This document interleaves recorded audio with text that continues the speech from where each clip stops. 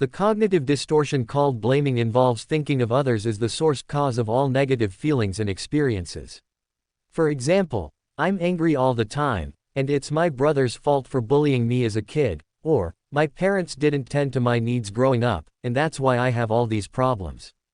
Holocaust survivor and psychiatrist Viktor Frankl is often attributed with saying, between stimulus and response there is a space.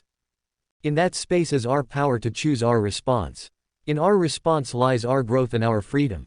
In this powerful quote, Frankl points out that whenever something happens to us, even if we've gotten used to reacting automatically without thinking, we do have the capacity to choose.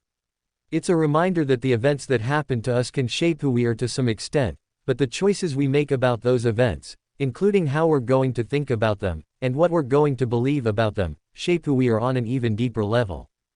The blaming distortion puts the responsibility entirely on other people or the events in our lives. It convinces us that we are merely helpless victims of our circumstances and that nothing we do will matter. To use a term from psychology, it convinces us that the locus of control is external, as opposed to internal.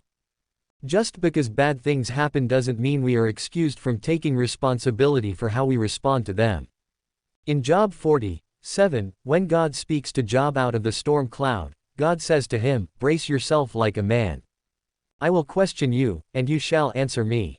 In his interaction with God, Job has to take responsibility for himself, even though so many things happened to him that were not his fault.